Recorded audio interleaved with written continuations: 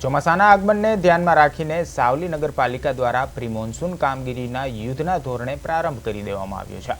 તો શહેરમાં દર વર્ષે વરસાદી પાણી ભરાવાની સમસ્યાને જોતા પાલિકા તંત્ર હવે સક્રિય બન્યું છે। ખાસ કરીને રંગાઈ કાસ ગટર અને નાળાઓની સફાઈનું સઘન અભિયાન છે તે હાથ ધરવામાં આવ્યું છે, જેથી વરસાદી પાણીનો નિકાલ છે તે સરળતાથી થઈ શકે અને લોકો જળબંબાકાર જેવી સ્થિતિમાંથી રાહત પામી શકે।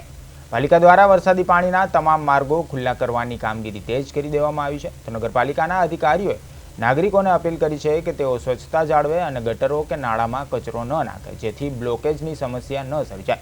આ આગોતરા આયોજનથી આગામી વરસાદી સિઝનમાં સાવલીવાસીઓને મોટા રાહતના સમાચાર મળે તેવી આશા છે।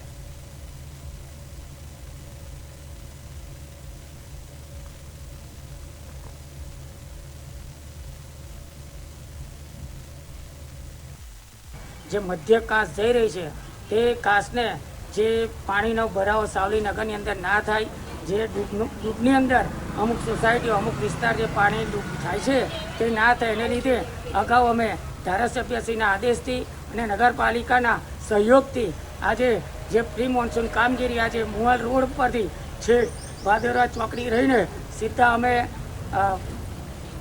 ગોપાલપુરીનો જે હનુમાનજીનું મંદિર છે ત્યાં સુધી અમારે આ મોન્સૂન કામગીરી